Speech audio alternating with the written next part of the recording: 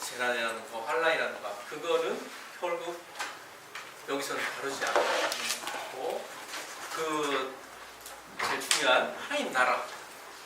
그러니까 요한이 주는 메시지의 중심에는 하나님 나라, 그것만 들고 있으면 우리가 될 것 같습니다. 그래서 성경은 하나님께서 하나님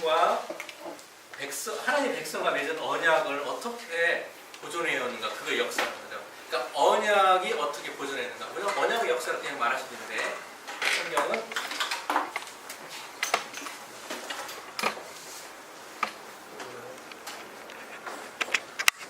하나님께서 주체가 하나님이에요. 그러니까 언약을 신실히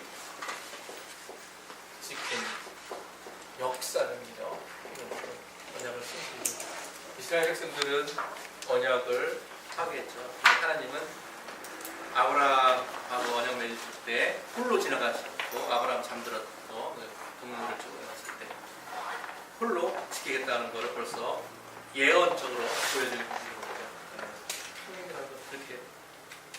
그래서 사람들은 신의 산에서 맺은 언약을 너무 쉽게 우리가 다르듯이 파괴했으나 하나님은 그 언약에 신실했고 끝까지 지켰는데, 그 마지막을 이제 계시록에서 보는 거죠. 우리가 보고 싶잖아요. 마지막에 클라이막스 영화 보고 마지막 보고 싶고요.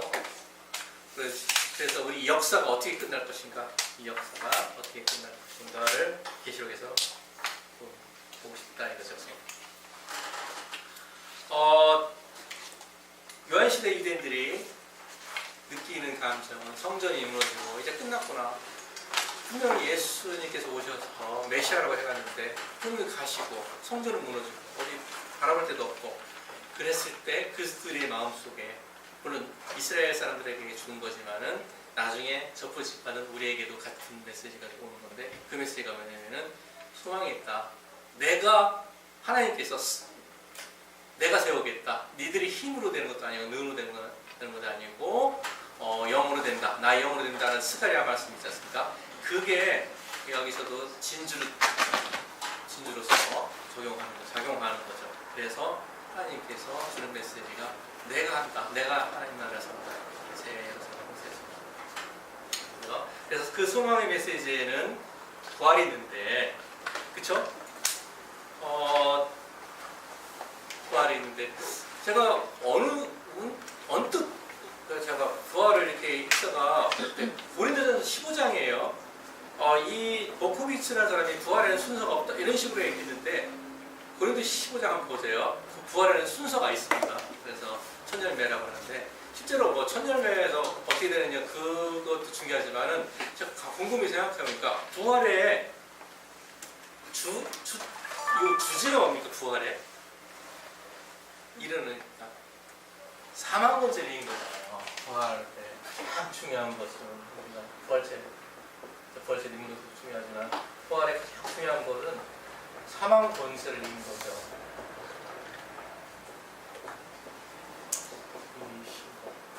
사망 권세를 이기고, 그래서 죽음이 권세를 이기면서 부활인데, 이 축을 볼 때 봐보세요. 사망 권세를 이기겠다 그러는데 나사로가 사망 권세 이긴 건 아니죠. 나사로가 그때라도 사망 권세 이긴 건 한 번밖에 없죠. 그리고 또 누굽니까? 어떻든 간에 옛날 엘리사 시대에 이렇게 살아난 사람들 있죠. 사망 권세를 이긴 주체는 계시거든요. 그죠? 그래서 이 부활이 있는데 죽은 데서 첫 열매가 됐죠. 그렇기 때문에 이제 왕이 될 수 있습니다. 사망 권세를 이길 수 있는 능력이 되신 분이 영광을 우리가 불리는 거죠. 그래서 마른 뼈처럼 죽어 있는 그 요한 시대에 그 사람들에게 부활의 소망을 준다. 그런 걸 배웠고요. 그래서 그 소망의 메시지를 받아들이면, 믿음으로 받아들이면 이제 부활, 하나님의 백성으로 설 수 있다. 그 소망이 있다. 이것이 지금까지의 뭐니까 얘기였었죠. 그러면은 일곱 교회의 메시지를 보면은 계시록 1장 9절에 나 요한은 너희 형제여 예수의 환난과 나라와 처음에 동참하는 자라.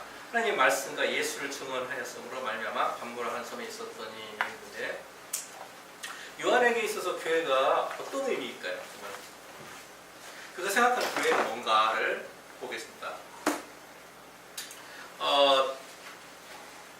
계시록을 이해하기 어려운 것 중에 하나가 우리 시대의 시각으로 계시록을 읽기 때문에 어려운 것도 하나라고 이 저자는 말하고 있습니다.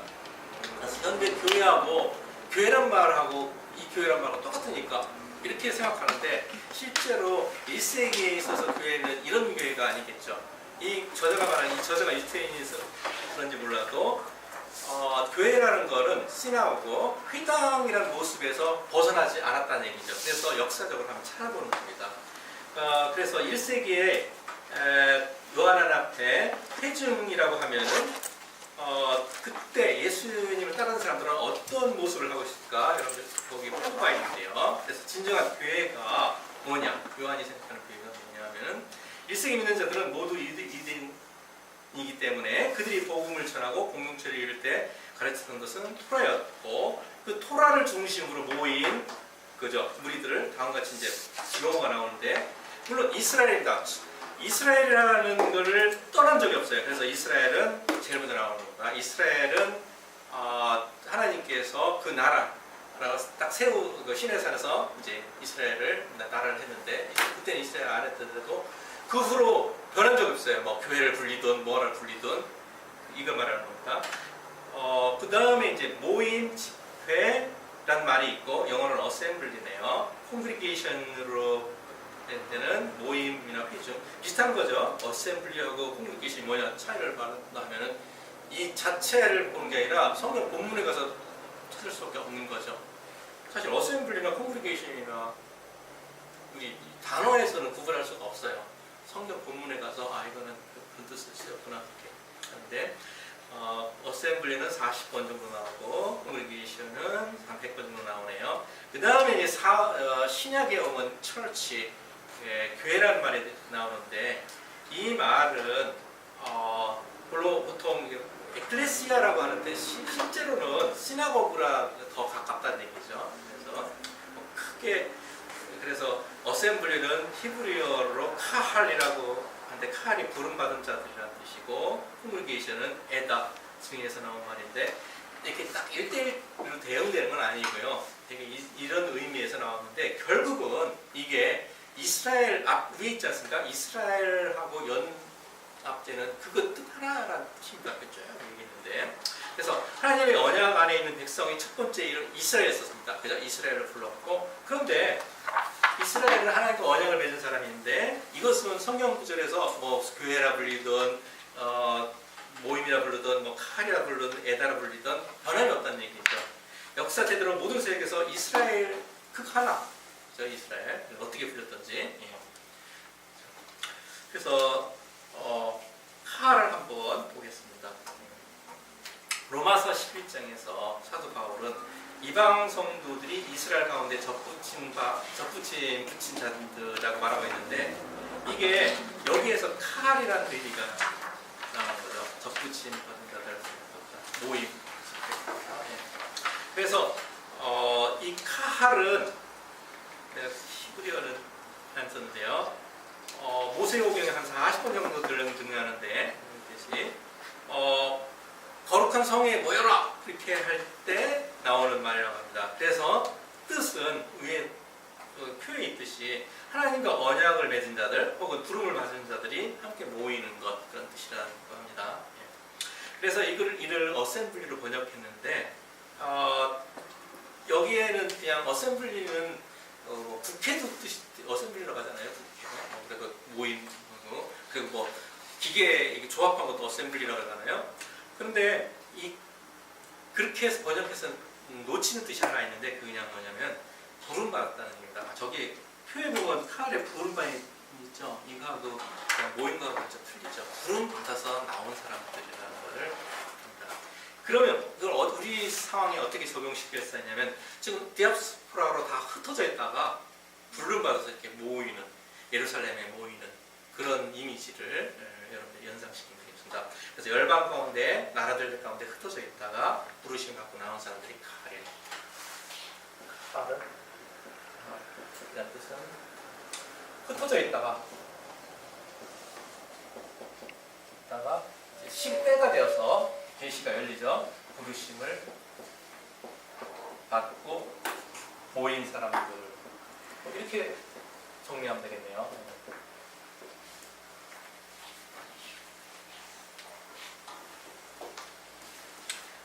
여러분들도 잘 알다시피 성경이 쭉 됐다가 예수님 그러니까 어디죠? 말라기로 끝났죠. 구약 시대가. 그리고 신약 시대가 이제 시작했는데 이 400여 년 되는데 요때 네, 구약이 끝나고 신약이 끝났는데 요때 성경이 헬라어로 번역됐죠. 한 200년 정도 돼. 200년 정도에서 250년대 헬라어로 번역되는데 70인역이라고 그러죠. 이때 카할이 뭘로 번역되냐면 에클레시아라는 번역이죠. 에클레시아. 이때 번역됩니다. 에클레시아.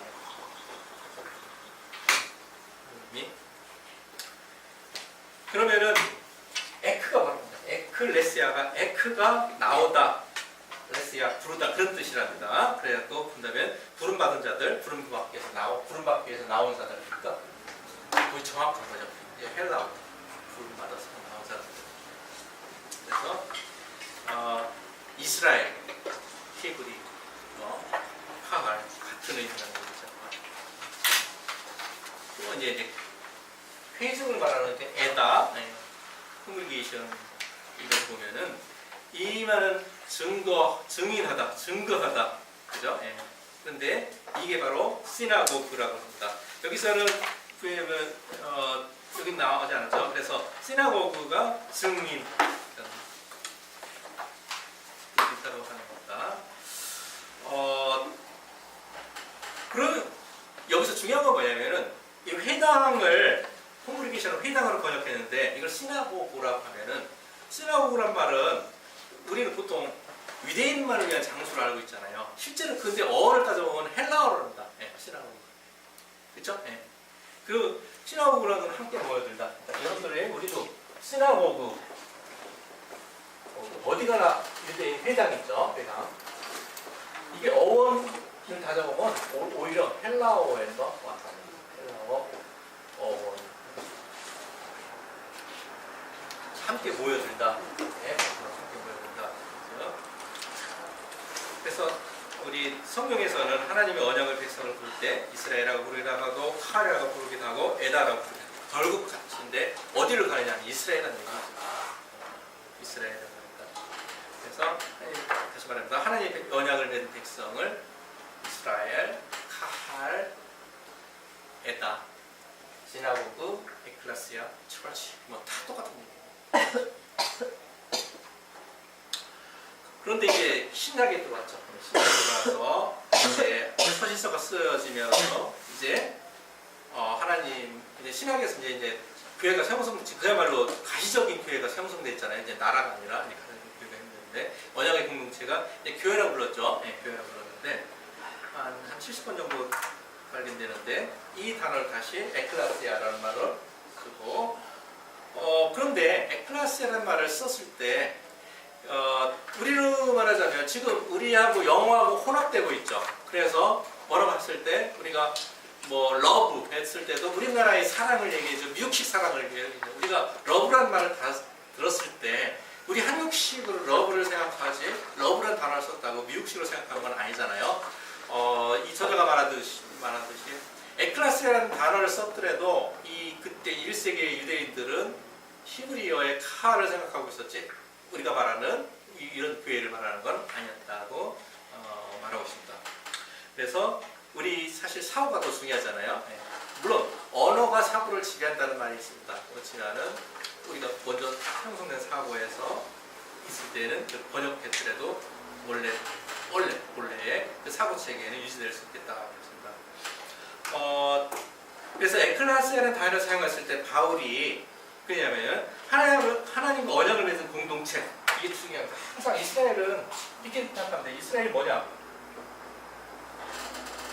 땅을 하는 이스라엘은 정의하자면은 하나님과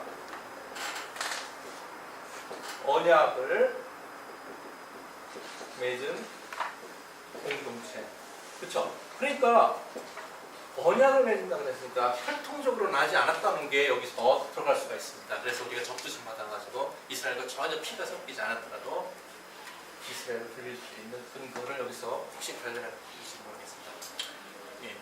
그래서 여기 보면은 하나님과 언약을 맺는 공동체, 그게 바로 카할이고 부르심을 하는 거예요. 에다이죠. 예. 그래서 우리도 창세기로부터 계시록까지의 교회라는 단어를 보게 되면은 항상 이스라엘, 카할 이렇게 생각해야 된다고 이제 하는 거죠. 이것이 바로 유대인들의 사고인 것이죠. 자, 그러면은 서신서 당시의 카할의 모습을 보면은 사도행전 7장 38절에 보면 시내산에서 말하던 그 천사와 우리 조상들과 함께 광야교회에 있었고, 광야교회라는 말이 이제 나오죠. 7장 38절에 또 살아있는 말씀을 받아 우리에게 주던 자가 이스라엘이라. 살아있는 이게 뭐냐면은 스데반이 죽기 전에 굉장히 죽기 전에 진짜 이스라엘 역사를 처음부터 끝까지 다 얘기하죠. 예, 그 과정에서 나오는 말씀입니다. 스데반이 죽기 전에 이스라엘 역사를 쭉 요약하죠.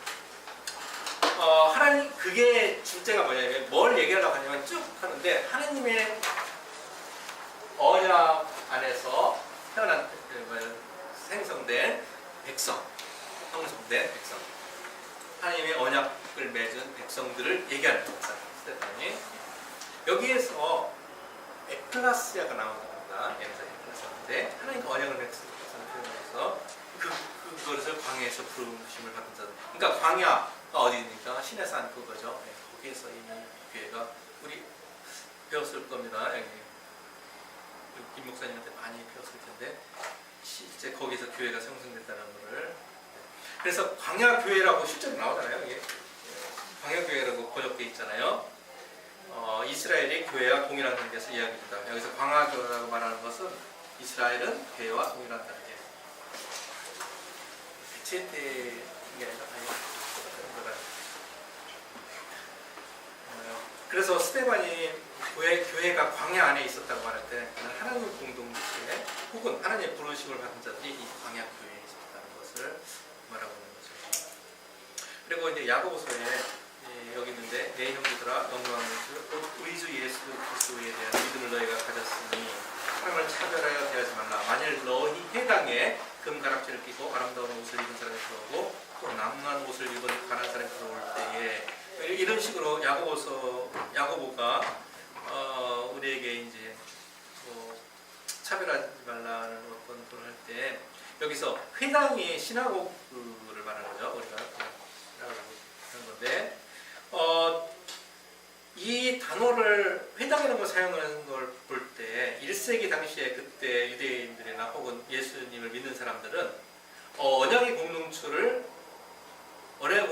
바로 이스라엘로부터 내어진 공동체 인식하는 것을 알 수 있다고 합니다. 회당, 그러니까 이 회당이라는 것을 했을 때 이것은 이스라엘과 뜰 수 있는, 그러니까 근원이 이스라엘부터 나온 게 회당이라는 것을 말하는 거죠. 그래서 원래 카할 의미가 여기 들어있는데 다만 여러분들이 할게 왜냐면 그냥 다만 용어만 바뀌었을 뿐이다. 로마 시대에 에클레시아라는 게 있었으니까 여기서 번역을 됐으니까 200년도 이때가 로마 시대잖아요. 이 정도 시대가 헬라 시대가 지나고 로마 시대니까 로마는 헬라를 상당히 사모했죠. 우리나라 내가 이렇게 말해서 우리나라 하여간 서구문명을 지향하고 있잖아요. 그러니까 아파트 짓고 다 자동화되고 우리가 싫다는 미국을 쫓아내자 하더라도 식들은 미국 보내잖아요. 어쨌든 간에 어떤 마음속에 사모하는 게 있습니다. 이렇게 서구문명에 대한 여기도 그런 게 있겠죠. 그래서 유대인들에게 있어서 하나님을 믿음으로 보이면 언제나 신하고 하나밖에 없었다 이거죠. 그래서 어디들 가든 그냥 신하고를 개척했고, 그래서 1세기 당시에 이제 교회를 개척했다는 것은 신하고를 개척합니다. 신하고 그 신하고를 개척했다는 말을 다시 이제 풀어보면은 이 이스라엘의 뿌리를 그대로 옮겼다는 거예요. 그래서 항상 이스라엘은 하나님과 모양을 맺는 공동체고 회당으로 또는 화로 됐던 에크레스든 간에 그것이 뿌리가 계속 이어졌다는 얘기죠. 이런 거를 우리가 나중에 밖에 나갔을 때 기회가 있을 때 이렇게 설명해 줄 수 있는 그런 기회가 있었으면 참 좋을 것 같아요. 예. 혹시 외우지 않으면 또 뭐지? 까먹고 제가 또 근데 확실히 외우고 이 전도를 위해서. 그죠? 그래서 오늘날 우리가 이런 교회하고는 좀 틀린다고 하는 거죠. 그래서 계시록에서 말하는 이제 일곱 개 다시 계시록으로 돌아가서 교회는 이제 백그라운드를 배경은 이렇게 하고 7개의 부분을 읽을 때 생각할 것 이걸 언약을 맺은 공동체 교회라고 할 때 항상 이거를 엄두에 이게 바로 교회죠. 지금 뭘 했냐면 쭉 했는데 회당, 카할, 교회, 에클레시아 이게 다 여기서 또 왔다는 거를 얘기하는 겁니다.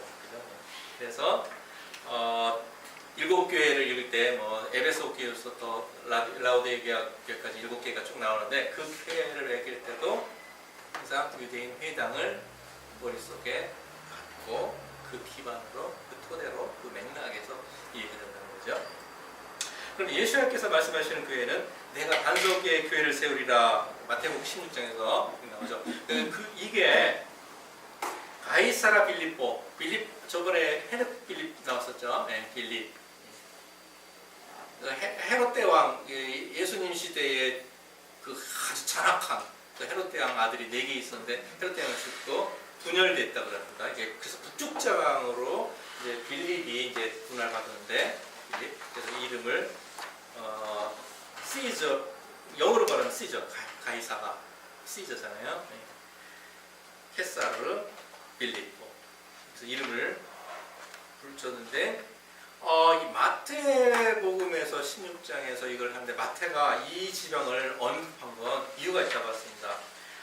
거기에는 가이사라 빌립보는 가이사라한테 바친 거니까 자기 빌립 헤롯의 궁정이 있고 궁이 왕이니까 즉 다스리는 왕이니까 우상을 섬기는 신전이 여기에 있었다고 합니다.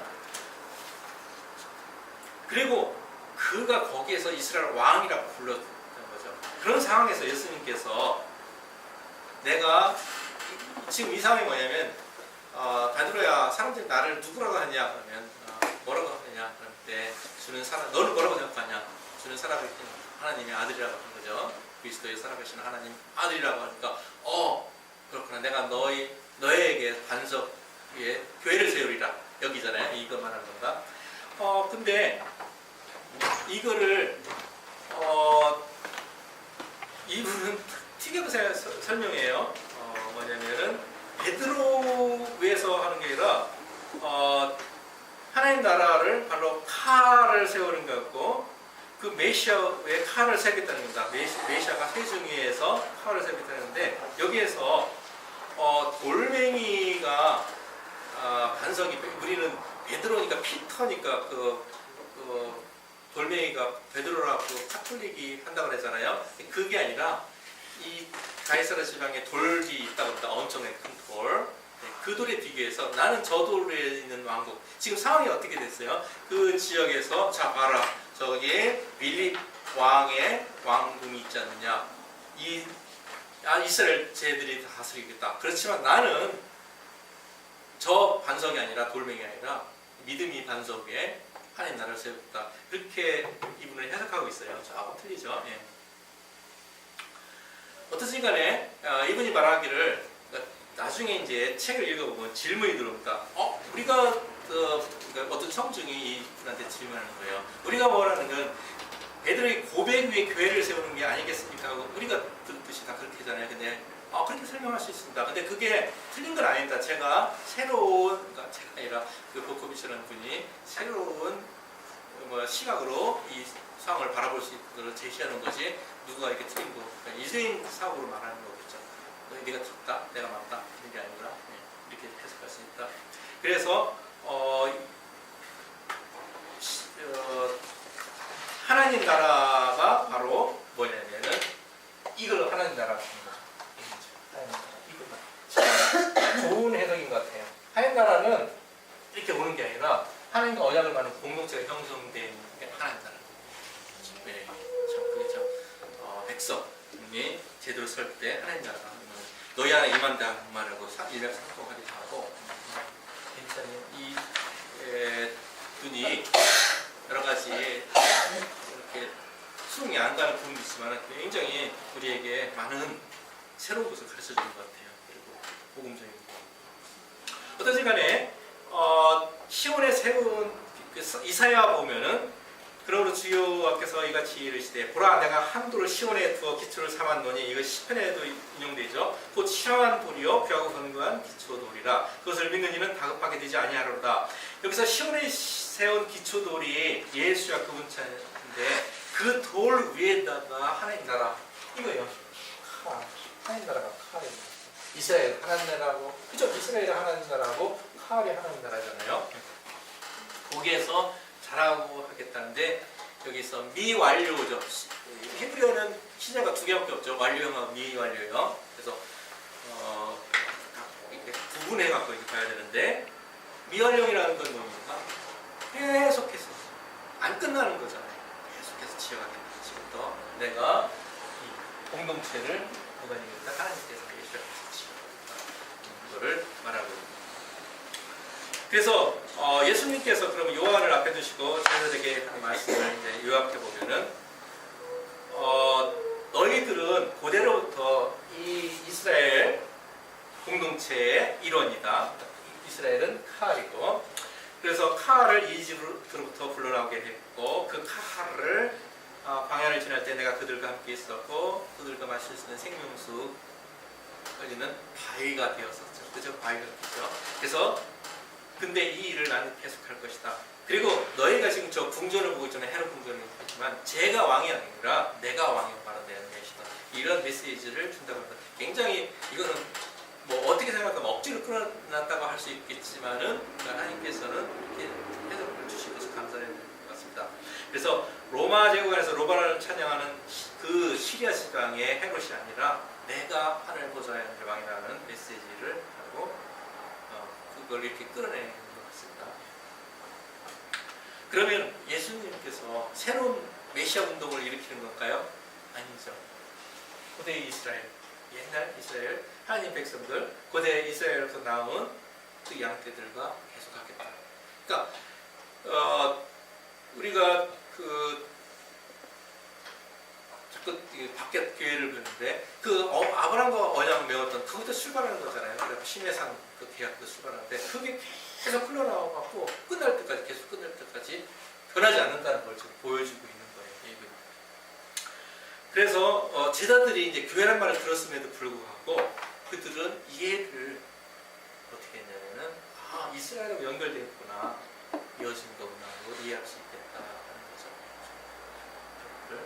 그래서 그때 일렘들은 고대로부터 이 공동체를 이어가는 존재는 자기 정체성을 확신할 수 있었는데 어느 순간에 끊어진 거죠. 이들의 핍박과 언제 보니까 김종철 감독님이 뭐죠? 루터의 다른 구월굴 하나님의 사람이라고 하는데 산이 높으면 골도 있다고 그 사람이 모택동 할 때 공 80, 과 20 이렇게 하는데 루터도 공 50, 잘한 일 50, 과 50 이렇게 되거든요. 근데 불행한 건 뭐냐면은 하나님 역사하겠지만은 히틀러가 이용했다는 거죠, 그죠? 루터를 다른 거 해서 그렇게 안 했을 텐데 히틀러가 그쪽 세력이 이용했고 그게 불행한 것 같아요. 루터의 불행. 어떤 간에 지금 여기서 했고 그러면 이 책에 보면은 여기 있어요. 왜 하나님께서는 계시록을 히브리어로 기록하지 않으시고 헬라어로 기록하셨습니까? 하고 물어보는 게 있어요. 근데 참 재밌어서 제가 했는데 이분 대답이 이스라엘 사람들이 디아스포라로 살면서 히브리어로만 사용하는 것이 아니라 헬라와 아람어로 사용해서 그래서 그 땅에 이제 살고 있는 사람들을 이제 읽을 수 있도록 이제 우리 미국에 사는 2세 우리 사람들은 한국어를 잘 못하잖아요. 그래갖고 영어로 이제 이렇게 할 수 있겠는데 우리나라 역사를 뭐 그런 식으로 비유할 수 있겠는데 저는 더 마음에 와닿는 게 뭐냐면 이방인들이 하나님 공동체로 접근되기 위해서 헬라가 필요하다. 그죠? 예. 그렇기 때문에 그러니까 우리는 이스라엘을 이렇게 사모하다 보면은 모든 이스라엘 다 선으로 이스라엘이 선은 아니에요. 그죠? 예. 그래서 이스라엘 100% 절대 선은 그러니까 이스라엘이 절대 선은 아니다. 지금 어떤 사람 어제 들었는데 옛날에는 텔아비브에 10년 전에 갔는데 4명 중에 하나가 게이였었는데 호모인데 요새는 2명 중에 하나가 게이라고 합니다. 완전히 그냥 그 텔아비브 자체가 그 이스라엘 사람들 유대인들 완전히 그게 동성애의 메카가 돼버렸어요. 완전히 텔아비브가 그런 사람들은 여기 속하지 않는 거겠죠. 네. 어쨌든 간에 이스라엘이 절대선은 아니죠. 이스라엘이 제가 말하는 거는 이스라엘에 그냥 혈통적으로 속했다고 절대 선언 아니에요. 그러면 반드시 히브리어로 써야 될 이유가 없는 거죠. 헬라어도 제가 표현을 잘 못하겠는데 그러니까 우리 무의식 속으로 헬라어는 나쁘다는 생각이 뭐랄까 히브리어로 써있으면 더 좋았겠다. 질문도 그런 요지잖아요. 왜 히브리어를 안 쓰고 헬라어로 거기에는 그 질문에는 표현은 안 되지만 약간 히브리어를 썼으면 더 좋았을 거 이런 게 들어가 있잖아요. 사실은 그러면 그게 맞느냐 아니라는 얘기죠. 오히려 헬라어로 쓰는 게 더 좋을 수 있다는 얘기죠. 예. 세상 때문에 가치가 오히려 그러니까 저는 그냥 어디서 저는 발견했냐면 그 가치를 수많은 이방인들이 하나님의 공동체로 접붙여가 되기 위해서 이건 뭐하고 비슷하냐면 비유적으로 말하면 하나님께서 이 땅에 내려오셔서 스스로 육체가 되시고 그게 높은 곳에서 있는 게 아니라 스스로 나가신 거 그런 거하고 약간 비유가 되는 두 번째 샤바스에 가는 우리는 하나님 안에서 이제 부르심을 받은 공동체를 제사장 나라죠. 예. 1장 8절에 우리가 나라와 제사장 상징인데 제사장 나라로 봐야 된다는 걸 봅니다. 이스라엘은 제사장 나라죠. 그래서 의미가 뭡니까? 제사장 나라인 이스라엘 공동체가 그들이 왕을 증거할 때 그들의 나라가 이 땅에 증거가 된다는 것인데 프레임도 왕을 완전 모든 사람들 다 증거하지 못했죠. 부분적인 사람들만 하고 나머지는 배척했잖아요. 그들이 왕을 이 땅에서 배척했습니다. 그래서 그들의 나라가 이 땅에서 증거되는 하나님 나라가 이 땅에서 증거되는 그 소명은 계속 흘러나가고 있는 거죠. 계속 전해지고 있는 거죠. 가통으로 우리한테. 자 그러면은 첫 번째 피로 사셨다. 계시록 5장 9절에 보면 그들이 새 노래를 불러 이르되 두루마리를 가지시고 그 인복을 떼게 합당하시도다. 일찍이 죽음을 당하사 각 족속과 방언과 백성과 나라와 가운데서 사람들을 피로 사서 하나님께 드리시고 그들로 우리 하나님 앞에서 나라와 제사장들을 삼으셨으니 그들이 땅에서 왕노릇 하리로다 하더라. 또 나오네요. 계속 1장 8절에 나오는 거죠. 나라와 제사장들 여기서도 나오네요. 그들이 땅에서 왕노릇 하리로라. 하나님께서 이 어두운 나라에 살고 있는 자를 피로 사서 구원하였다는 것이 바로 유월절의 주제죠. 유월절의 주제입니다. 유월절의 주제는 피로 사는 거죠. 그래서 구원해서 그냥 끌고 나온 게 아니죠. 제사장이라는 사명을 주셨어요. 이스라엘은. 그죠? 이스라엘에서. 그렇다면은 여기 하나님과 언약을 맺은 공동체 여기는 바로 제사장이라고 볼 수가 있습니다. 여러분 제사장이라는 거를 딱 받아들였을 때 레위 제사장으로 내가 뭘 해야 되지? 여러분들 만약에 어디 경찰에 합격했으면 경찰에 관한 서적을 보고 맞게 해야 될 거 아닙니까? 그쵸? 그리고 또 뭐 여러 딴 거 있어. 뭐 선생님 됐으면 선생님 해가 이렇게 뭐 해서 운전 터주면서 운전해 가는. 그럼 제사장이라는 걸 했으면은 제사장이 해야 될 일을 어떻게 하는 게 있죠. 근데 이렇게 인식이 되는 순간, 나는 제사장이라는 순간 레위기가 율법이 아니라 자기가 가장 하나님 나라를 하기 위해서 가장 가까이 봐야 될 책으로 가까이 가야보죠. 그러니까 옛날에 어떤 분이 그냥 웃으면서 레위기 좋아하는 사람이 있어요. 그랬다 그랬죠. 근데 그게 웃으면서 얘기하는 게 아니라 실제가 될 수가 있죠. 내가 제사장으로서 어떻게 살아야 될 것인가, 하나님 나라를 하기 위해서. 그러면은 그 FM, 그러니까 매뉴얼이 어디에 있어요? 레위기잖아요, 그죠? 네.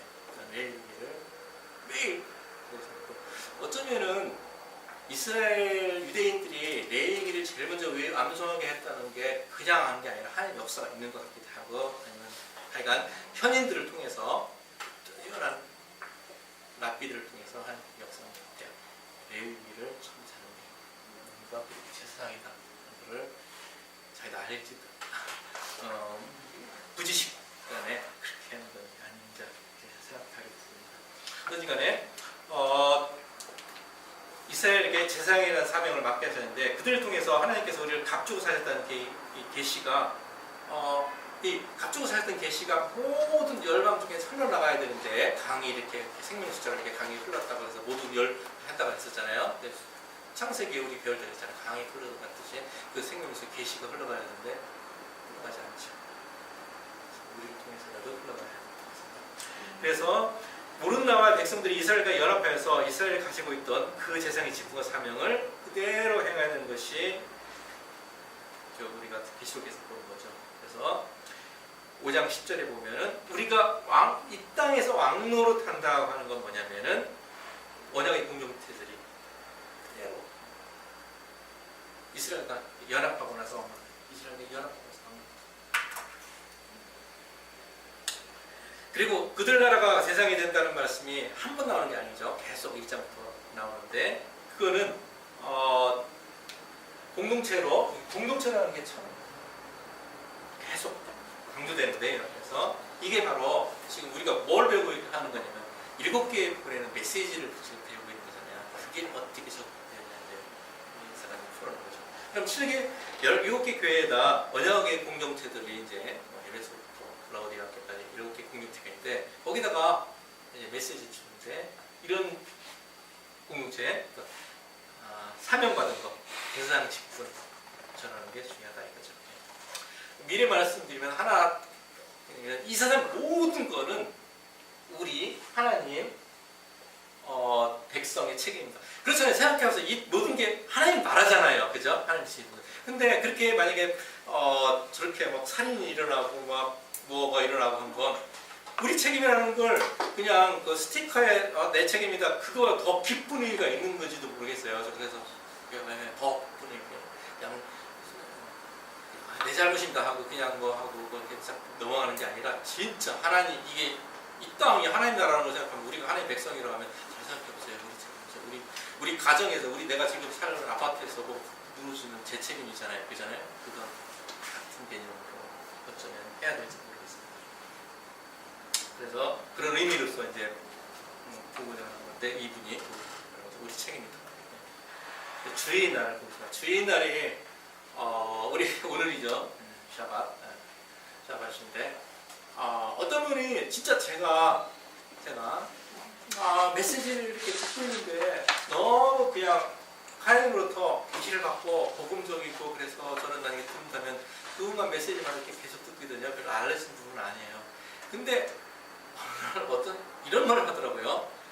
지금 어떤 무리들이 토요일 날을 안식일을 하고 주일날을 하는데, 예수님은 일요일날 부활하셨고 일요일날입니다. 주일날은 일요일날입니다. 이렇게 하는데, 실제로 예수님이 안식일의 주인은 나다 하고 해갖고 안식일을 언급하셨잖아요, 그죠? 네. 그래서 그 말을 그 목사님 말을 듣는 순간, 사람이 아까 루터처럼 다 뭐 100% 계시를 주는 건 아니구나. 하나님께서 그분은 이렇게 쓰임 받는 거고 다른 쪽으로 쓰임 받는 게 따르겠구나. 근데 그분이 이제 사람이 겸손해야 될 게 뭐냐면은, 그렇게 했더라도 그냥 그 사람들은 안식일 하는 거 그러니까 절대로 이제 선언하면 안 되는 거였는데 좀 더 나간 것 같아요. 그래서 모르면 좀 더 하나님께 물어보고 이렇게 진짜 맞습니까 아닌가 이렇게 해서 그런 거 들었을 때 이렇게 해서 그럼 주일날에 대해서 보면 주일날은 주일날에 계시를 받았잖아요. 요한이 이 주일날에 그러면 어떤 특별한 날이기 때문에 계시를 받았겠죠. 요한이 주일날에 하나님께서 계시를 받은 거 보여줬어요. 그러면 이 날이 어떤 날인가? 아는 것이 계시록의 나머지 암호를 푸는데 도움이 될 뿐만 아니라 열쇠, 키라는 거죠. 그래서 계시록의 구조와 이미지를 여는 것이 바로 주일날이라는 단어인데 이 주일날이 뭡니까? 샤바시죠. 그때 계시록 1장 10절 주일날에 내가 성령에 감동되어 내 뒤에서 나는 나팔 소리 같은 큰 음성을 들으니 이르되 내가 보는 것을 두루마기에 써서 에베소, 서머나, 보가모, 두아디라, 시아데, 빌라델피아, 라오디게는 7개의 보내기를 하시기로. 그래서 주일날에 내가 성령의 감동되어 음성을 들었다고 그러죠. 유대인이 아닌 사람들은 주일날을 이해 못하지만 유대인들은 이 주일날을 이해할 수 있었고 유대인들과 접붙인 자들도 배웠기 때문에 알았다고 하는 거죠. 그죠? 그래서 주일날 하면 딱 근데 세 가지 할 수 있는데 첫 번째 샤밧이라는 거는 첫 번째겠죠. 그래서 1세기 당시 유대인들은 주일날 하면은 샤밧 외에는 다른 거 생각할 수도 없었어요. 그죠? 없어요. 다른 생각을 지금도 마찬가지죠. 유대인들은 주일날 하면은 샤밧 누가복음 6장에서 샤밧을 어떻게 줄 것이니까 막 하려고 하잖아요. 예수님을 이렇게 공경에 빠뜨리기 위해서 어떻게 뭐 해야 뭐 하면 안 되냐고. 그런데 그때 밀밭에서 이렇게 밀을 이렇게 배고프게 이렇게 까불어 그런 거를 비난하는데 예수님께서 인자는 안식일의 주인이다. 이때 그죠? 주님이 날 안식일이구나. 그게 바로 주일날이라는 얘기죠. 그래서 주일날은 샤밧이고 두 번째는 샤밧이라는 건 완성하다라는 의미가 아니라 이거 우리가 샤밧 그러니까 멈추다는 뜻이죠. 멈추다. 그래서 우리가 무엇을 하든지 멈추는 것입니다. 왜 크리스찬들은 율법을 지켜야 되는가? 그 책의 저자가 다른 책을 썼는데 집에 제가 읽는 건 아닌데 집에 돌아다니는 거기에 그런 말이 있더라고요. 샤밧 지키려면은 모든 걸가 그러니까 특별한 게 있는 게 아니라 당신이 하고 있는 것을 멈추는 것이 샤밧이다. 그게 그 사람이 옳든 그르든 간에 그 견해가 옳든 그르든 간에 해석은 맞는 것 같아요. 무엇을 하든지 멈추는 여기입니다. 무엇을 하든지 멈추는 게 왜냐하면 하나님께서 모든 것을 멈추시고 완성하신 거예요. 먼저 멈추는 게 중요한 거예요.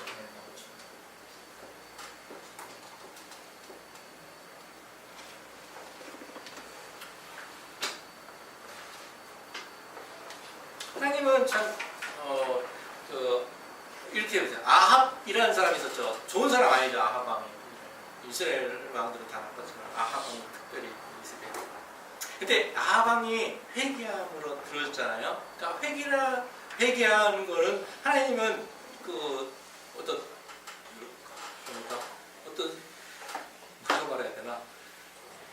그러니까 자비로우신 분에게 거기 나오는 거죠. 누구든지 회개하면 리누에가 회개하는 거야. 왜 멈추는 거 하냐면 내가 아는 미국인이 있었어요. 근데 그 사람은 별로 너무 율법주의라 사람들이 다 싫어했어요. 나는 좋아했는데 근데 그분은 자기 아들이 3명, 아들 2명, 딸 3명이었는데 그분은 일요일이죠. 일요일날 아무것도 못합니다. 만약에 뭘 하면 큰일 나요. 그 집에서 일요일 뭐 하면 큰일 나는 거예요. 근데 그 자녀들이 어떻게든 율법적으로 일요일날 자녀들이 제 생각에는 하나님이 영이 되는 것 같아요. 아버지 율법적인데 다 그런 거 아닌데 2명 남자애 여자애는 진짜 하나님. 그래서 굉장히 가난한 집이었었는데 미국 좀 다하게 나가시고 굉장히 했어요. 근데 제가 하는 거는 그 이름이 요셉인데 뭐랄까 하나님이 역사하는구나 쟤를 보면 이렇게 보면 알 수 있잖아요, 그죠? 그러니까 일요일 날그 뭡니까 멈추는 거를 가지고 그 사람이 율법적인 아니든 어떤 간에 밖에 보는 사람이 율법적인 것도 멈추니까 하나님 다 부어주시고 다 부으시고 진짜 공부를 못하게 했어요. 오히려 미국에서 미국 대학교 갔는데 그 아이비리그에 그 미국이니까 아이비리그에 풀 스칼러십을 가서 그냥 공짜로 다니고 했었어요. 예. 그냥 공부를 하지 말라고 하는 오히려 그런 거 많잖아요. 그러니까 꼭 안식이 아니더라도 일요일 날이라도 지키는 게 중요합니다. 그래서 멈추시고 완성하시는 일인데 여기서 여기에서 7이라는 숫자는 완성의 숫자잖아요. 왜 7개회냐? 왜 하필 7을 쓰냐? 근데 7개가 아니라 실제로 에베소서가 아니라 에베소, 소모나, 버가모, 두아 다 실제로 교회가 있었잖아요. 근데 그거를 대표해서 7교회는 완성이니까 모든 교회, 교회가 아니라 언약의 공동체에게 말씀을 하는 그 뜻이 있다고 합니다. 그래서 일국적인 교회를 향해 말하기는 것은 모든 언약을 받은 공동체에게 요한보고 메시지 전하라 이런 뜻이겠죠. 근데 계시록은 7이라는 숫자가 너무 많이 들어요. 하나님께서 진노하심도 그러니까 7번씩 3번이라 하잖아요. 7번씩. 그러니까 이게 계시록의 말씀을 구성하는 구조가 7번인데 모든 것을 다 말하는 그런 느낌이 모르겠습니다. 그래서 하여간 7이라는 숫자를 이 저자가 말하기를 항상 기억하면서 계시록을 읽어라.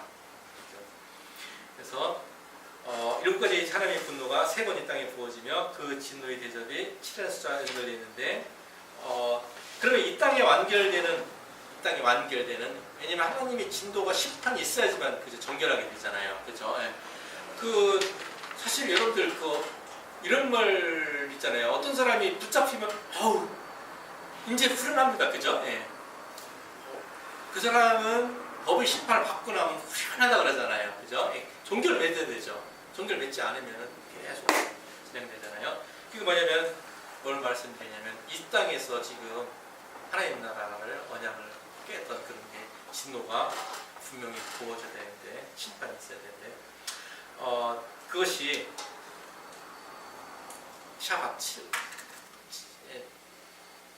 이 사람은 이렇게 말하는데 샤밧에서 부어지는 계시와 하나님의 진노하고 뭡니까 관련이 있다고 하는데 그건 한번 찾아보세요. 다시 말합니다.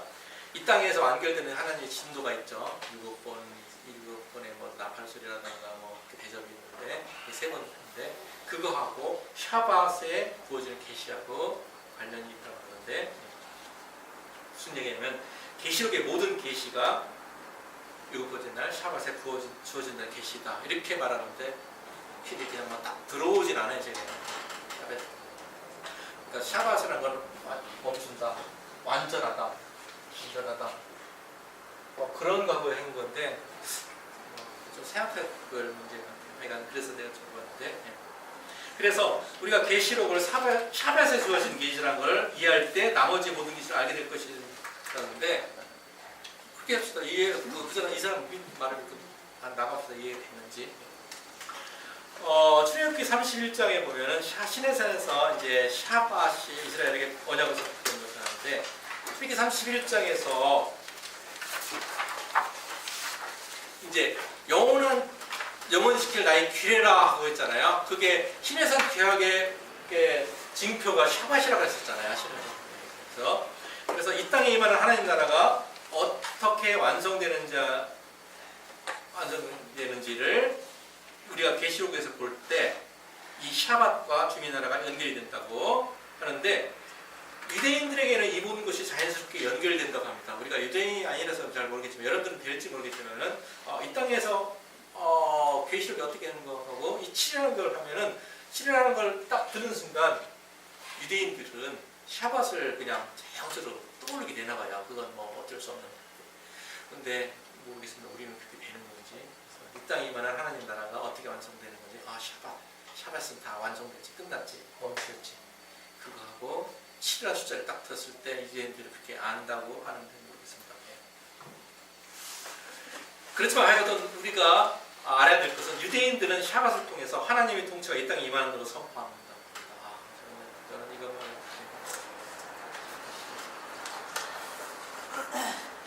그래서 샤밧에 하나님이 이 땅을 통치하신다는 것을 증거한다는 걸 말합니다.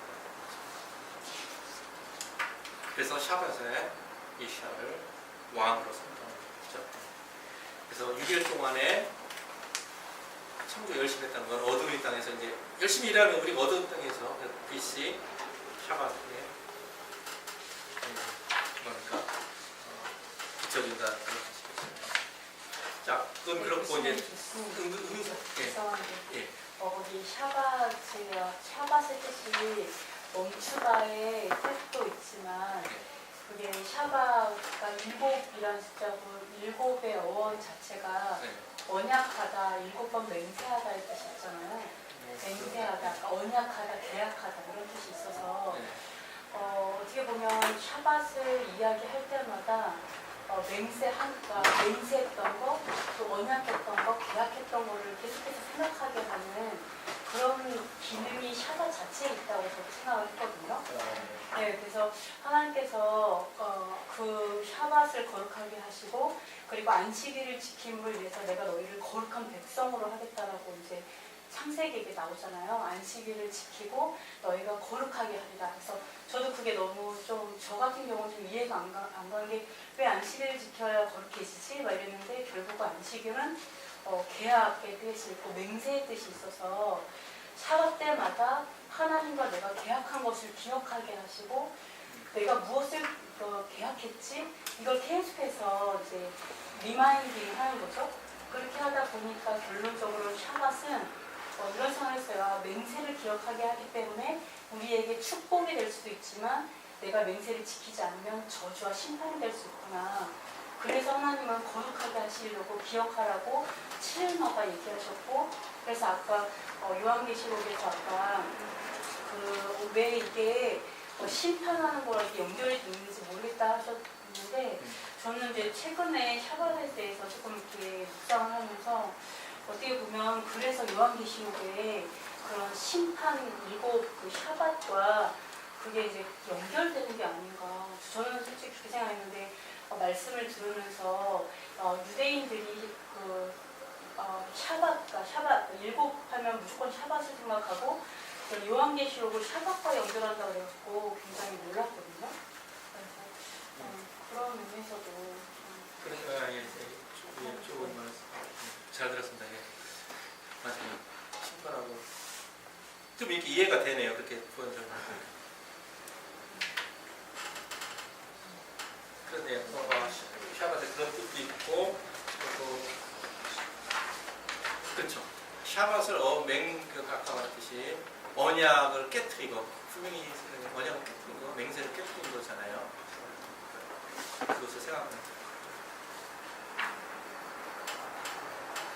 물론 그 샤밧을 통해서 언약을 생각하는 거죠. 샤밧을 통해서 언약을 생각나게 하고 좋은 말이에요. 네, 감사합니다.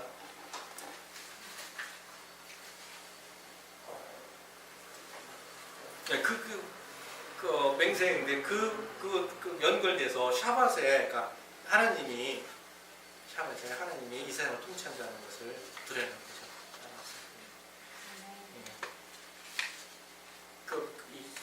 일반 교회는 이제 일요일날 지키지만 우리가 그것을 통해서 우리가 하나님의 나라는 걸 통해서 이 땅을 통치하고 있습니다. 성막과 이제 샤밧의 관계를 보세요. 성막과 샤밧의 관계는 출애굽기 31장을 보시는데요. 출애굽기 31장은 제가 보진 않겠습니다. 11절까지는 이제 성막을 어떻게 지어야 되는 가 이제 모세에게 이렇게 보여주고 식양을 다 알려주는 거죠. 지품에 완결되고 10절부터 여기에서 샤밧을 지킬 것을 명령하신 분인데 이게 다른 주제가 아니라는 얘기입니다. 11절은 성막을 얘기하고 11절부터는 샤밧을 얘기하는데 샤밧 지켜라 여기 있네요. 이게 바로 다른 주제가 아니라 서로 연결되어 있다고 합니다. 같이 31절. 그러면은 이 땅에서 성막의 역할은 무엇일까요? 그렇죠, 성막이죠. 성막의 최초로 나온 부분은 이제 출애굽기 24장 이제 25장에서 이제 어떻게 지을 까 나오는데. 너희를 그러니까 여기서 근데 이분이 책에서 뭐 이렇게 하는 거에서 내가 뭐 접속사가 있다 그래서 찾아봤는데 성경을 찾아봤거든요. 근데 접속사가 없어요. 뭘 말하는지 모르겠는데 다른 성경을 말하는 거. 그러니까 제가 히브리 성경에 보면은 이게 접속사가 있기 때문에 뭐 11장하고 뭐 13장하고 연결됐다는데 제가 찾아봤는데 없어요. 그러니까 너희들은 안식을 지켜라, 나의 사밧을 지켜라는 말씀에는 보호하다, 보존하다, 그러니까 샤마르 그러잖아요. 샤마르. 그러니까 영어로 번역하면 그러니까 지키다, 우리 설날을 지키다 하면 뭐 옵저 그런 거는 옵저버 할 때 옵저버요. 옵저버 할 때 관찰하다. 뭐 명절 지키니까 뭐 할로데이 지키니까 할 때 옵저버 이런 거 쓰잖아요. 그러니까 이게 샤마르.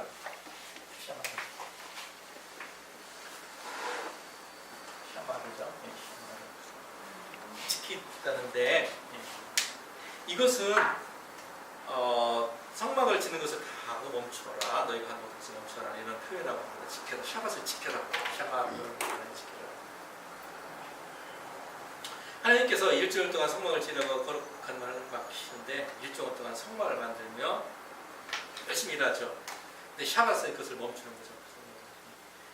그래서 샤밧을 통해서 이제 선포하는 건 뭐냐면 복음이 완성되었다. 창조의 마침이다. 하나님께서 회복시키는 세일이 마침이다. 하나님 나라 땅 이 땅에 세워지는 일이 마침이다. 샤밧. 근데 이분이 이 샤밧을 뭐 이런 표현도 했는데, 그러니까 샤밧은 앞으로 온 미래에 대한 창문 같은 역할을 하는데 앞으로 오는 세상에다 지금 하나님의 통치를 선포하는. 그러니까 하나님 나라 오늘 나오다가 어떤 사람의 말을 들었는데 이미 우리가 죽어서 보통 이 세상 있잖아요. 심판이 되잖아요. 죽어서 딱 가는 건 나중에 판결되는 거고 일단 지금부터 심판에 예수 지금 안 믿는 사람은 벌써 심판이 그 자체가 심판이라는 거죠. 우리도. 네. 그렇죠. 지금 뭐냐면은 하나님 통치가 지금은 안 보이는 것 같아도 하나님께서 이 땅을 통치하고 계시죠. 안 보일 뿐이지만 지금 어떤 정권이 잡고 있고 그런 거는 겉으로 나는 거고 하나님께서 이 모든 걸 통치하고 계시죠. 그것을 샤밧을 통해서 우리가 선포한다고 이 사람은 보고 있는 겁니다. 그래서 샤밧으로부터 하나님 나라를 계속 선포하며 세우는 것이고 근데 우리가 그렇게 하면 우리가 배워야 될 거는 공동체로서 배웠으니까 하나님 나라에서 하나님 성전에서 살아가는 것을 그게 바로 우리가 제자이죠. 성전에 살아가는 샤밧도 어마냐고의 증거인데 31장에 보면은 영원한 표징이라고 그러죠. 그래서 이와 같이 이스라엘 자손이 안식을 지켜서 그것으로 대대로 영원한 언약을 삼을 것이니 이는 나와 이스라엘 자손 사이의 영원한 표징이며 나 여호와가 엿새 동안에 천지를 창조하고 일곱째 날에 일을 마치고 쉬었습니다 하라. 그래서 샤밧은 하나님과 우리 사이의 영원한 표징이며 하나님께서 우리와 영원한 언약을 맺으셨다는 증거죠. 증거. 그래서 신의 상계에서의 표적은 샤밧이라고 했고요. 샤밧은 하나님과 우리가 영원한 계약을 맺고 있다는 다시 증거라는 거죠. 그렇게 생각해 보셨어요? 증거라고? 샤밧이 하나님께서 우리하고 영원한 계약을 맺고 진노하고 연결이 그 언약을 맺는 그걸 우리가 깨는 거잖아요. 그래서 샤밧이 결혼 언약의 증표가 됐어요. 근데 하나님께서 가장 그러니까 거룩하다고 말씀하신 것이 여러 개 있는데 그 중에서 제일 처음에 말씀하신 것이 샤밧이죠. 창세기에서 그죠. 그래서 하나님께서 거룩하다고 말씀하신 시간에서 우리를 거룩하게 보시고 모든 시간 속에서 거룩하게 연결된 시간이고 우리가 함께 거룩하게 보내는 시간이다. 샤밧을 통해서 우리 왕이신 분을 바라볼 때 영광 가운데 하나님 모습을 보는 것이고, 그것이 바로 샤밧의 언어이신 분을 보여주는 것입니다. 영광이 있다는 게 샤밧 지킬 때 우리 그 사회에 쉐키나 영광이 있다고 합니다. 그리고 여기 보면 마치고 쉬었습니다 하는데 평안하였습니다라고 했는데요. 그 위에 출애굽기 31장 여기 보면 일곱 재단에 쉬었습니다 하는데 이거를 평안하였습니다라고 이렇게 되었더라고요. 성경을 찾아보니까 여기에서 이제 새롭게 되었다. 근데 여기서 근데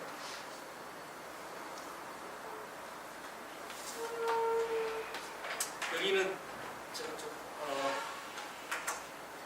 어떤 언어 유희가 있어가지고 그런데 우리에게 생명이 되신 분으로 하는 표현이라는 겁니다. 이 표현을.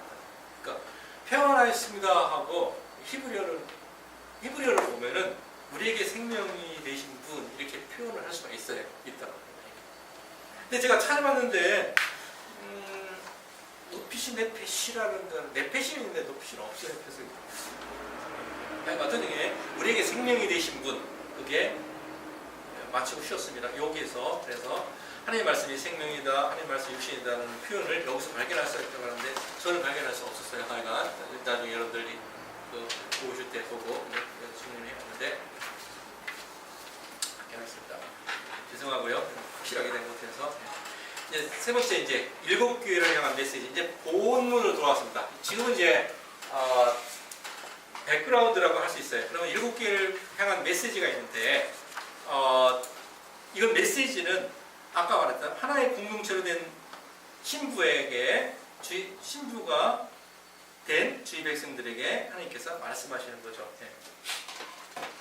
무슨 얘기냐면은 일곱 개 따로따로 하는 게 아니라는 얘기죠. 이 교회에다가 뭐 하고 저기에다 막 청망하고 하는데 그게 따로따로 하는 게 아니라 우리가 하나의 공동체로서의 그 말씀을 받아야 된다 이거죠. 하나님께서는 우리를 책망하시는데 왜 책망하시냐면 그 언약을 보존하지 않았기